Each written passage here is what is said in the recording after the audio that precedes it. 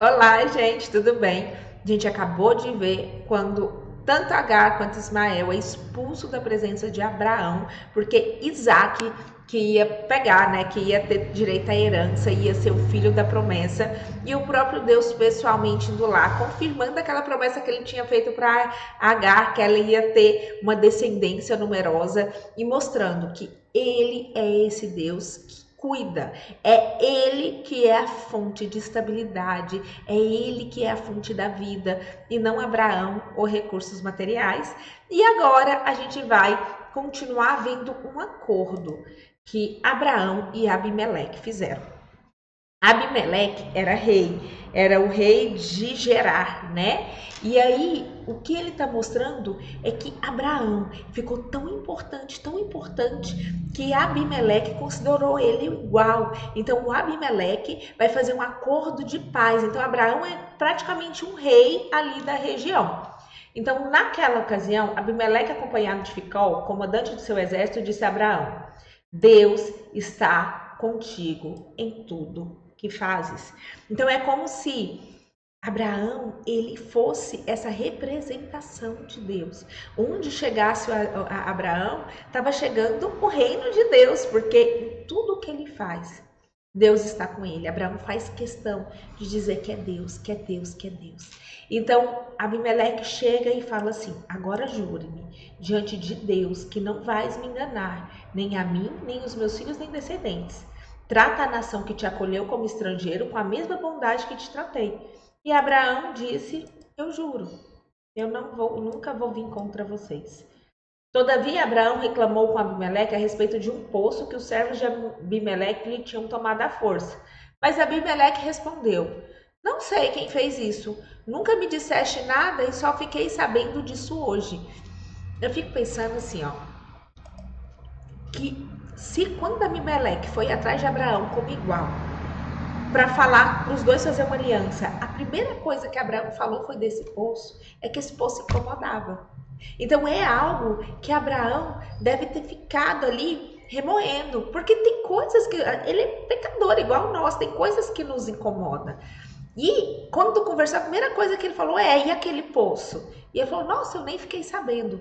Quantas vezes e quantas conclusões de conversas, de coisas que acontecem, que quando a gente conversa um pouco, a gente percebe que a gente tirou conclusões precipitadas.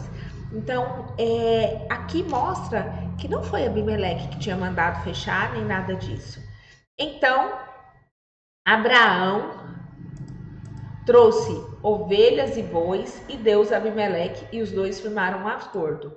Abraão separou 7 ovelhas do rebanho, pelo que Abimeleque perguntou: o que significa essas 7 ovelhas que separaste das demais?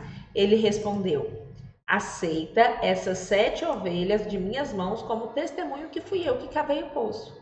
Por isso, aquele lugar foi chamado de Berseba, porque ali os dois fizeram um juramento. Firmado esse acordo com Berseba, Abimeleque e Ficol, comandante de suas tropas, voltaram para as terras dos filisteus. Abraão, por sua vez, plantou uma tamargueira em Berseba e ali invocou o nome do Senhor, o Deus eterno. E morou Abraão na terra dos filisteus por um longo tempo. Eu acho tão lindo isso aqui, porque Abraão, ele tinha, né, acabado de fazer uma aliança com Abimeleque, de que os dois não vão se atacar. Então, teoricamente, pela palavra dos homens, ele estava em paz, mas a segurança dele nunca teve na palavra dos homens. A segurança dele estava em Deus. E como é que o mesmo homem que manda a esposa dizer que é irmã com medo de morrer é um homem que não tem medo de exércitos, porque tá com Deus, invocou. E eu percebo que é uma dor interna, nós temos dores internas que às vezes em locais específicos nos causa falta de fé. E a nossa oração tem que ser: Senhor, sonda nosso coração, veja o que está de errado e dá luz, nos dê sabedoria, nos transforma. Então, existe feridas que estão sendo curadas ali, mas que a segurança de Abraão estava em Deus. E como em Deus, ele invocou o nome do Senhor, esse Deus eterno, ele foi morar naquela terra por um longo tempo.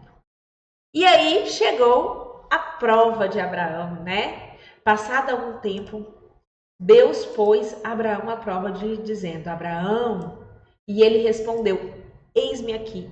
Eu percebo assim, falou uma vez, Abraão, e ele, eis-me aqui. Ele ficava de prontidão, né? Era uma resposta imediata. Ô Senhor, nos ajude a ter esse amor de Abraão.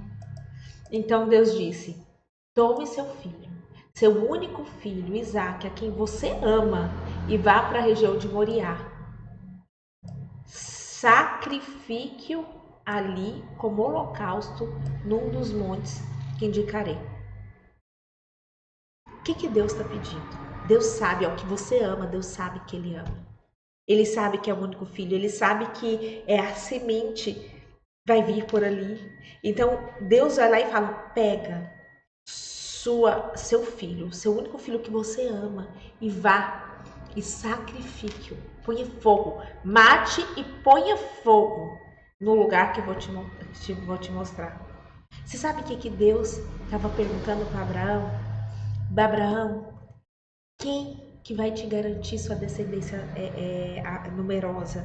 Sou eu ou Isaac? Abraão, quem você ama? Sou eu ou Isaac? É como se ele fosse assim, ó. Abraão imaginou que através de Isaac ele ia ter todas essas promessas. Mas não era por causa de Isaac, era por causa de Deus. E Deus pediu para ele sacrificar Isaac. Só que existe uma construção aqui que foi começada desde o começo. Tem 25 anos. Não, agora ele já está grande, né? Eu acho que nessa fase, nessa época, ele já tá ali com uns 13, ele já é um rapazinho. Mas já tem muito tempo que Deus, que Abraão tá andando com Deus. Tinha 25 anos até o nascimento de Isaac. E agora Isaac já era um rapazinho, então tem 30 anos que ele tá andando com Deus. E Deus está mostrando o seu amor, e Deus está mostrando sua fidelidade. Deus está socorrendo todas as vezes que ele tem falta de segurança. E Deus está protegendo e está dizendo, Abraão, quem te protege sou eu. Abraão, quem te protege sou eu. Abraão, a sua herança sou eu. Esse é o Deus que fez Sara, gente, infértil, já velha, entrada na menopausa, poder dar Isaac.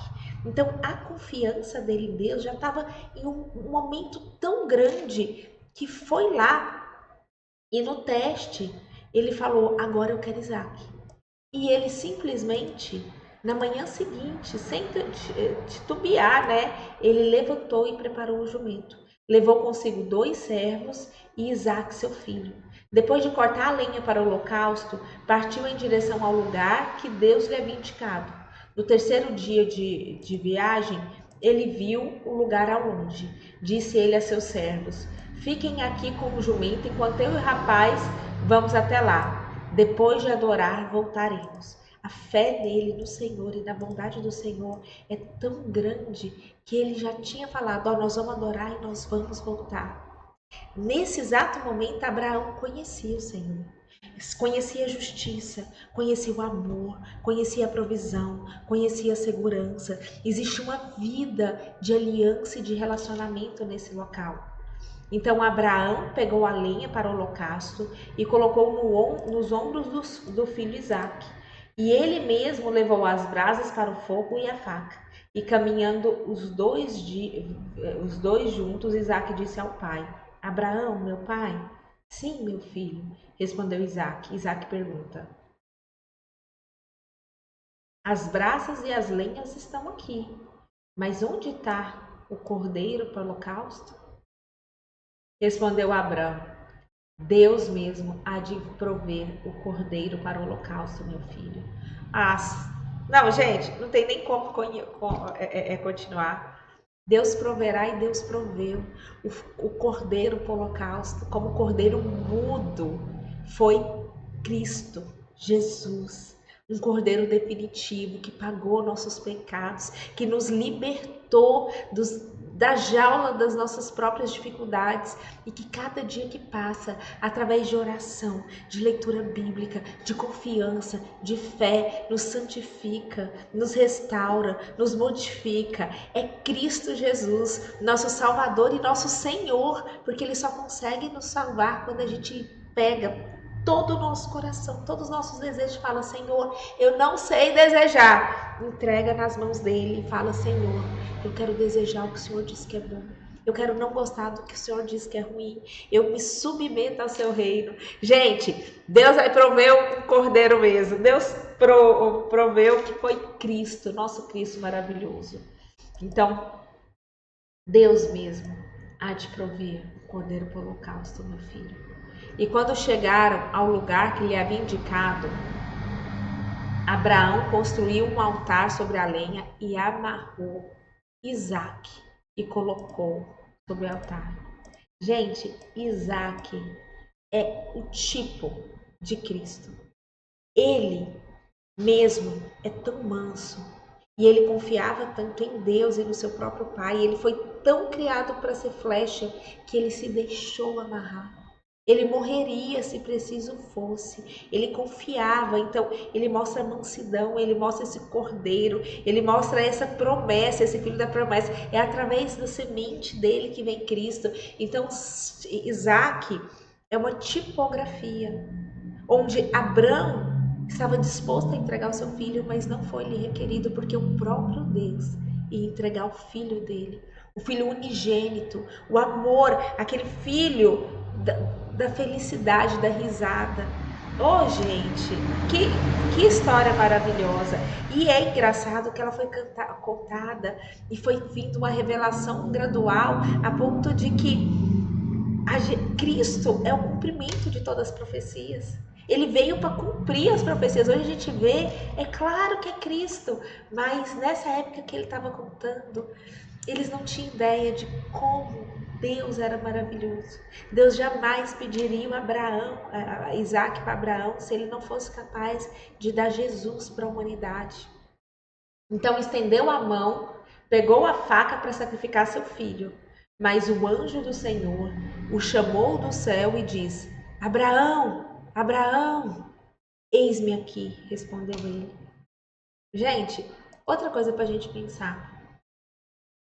Se Abraão não tivesse de prontidão, querendo ouvir a voz do Senhor, ele tinha sacrificado Isaac sem necessidade.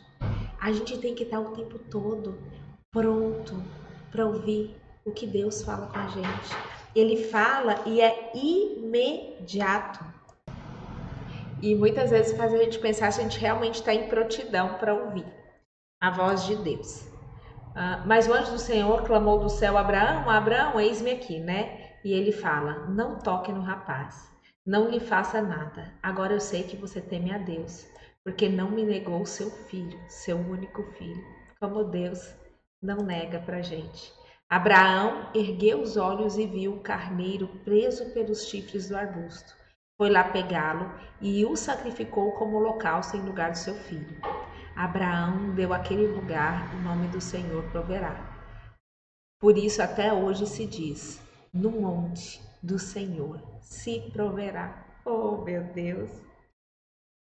E pela segunda vez o anjo do Senhor chamou do céu Abraão e disse: juro por mim mesmo, declara o Senhor, que por ter feito o que fez, não me negando seu filho, seu único filho, esteja certo que o abençoarei e farei seus descendentes tão numerosos como a estrela do céu e como a areia das praias do mar. Sua descendência conquistará as cidades dos que lhe foram inimigos, e por meio dela todos os povos da terra serão abençoados, porque você me obedeceu.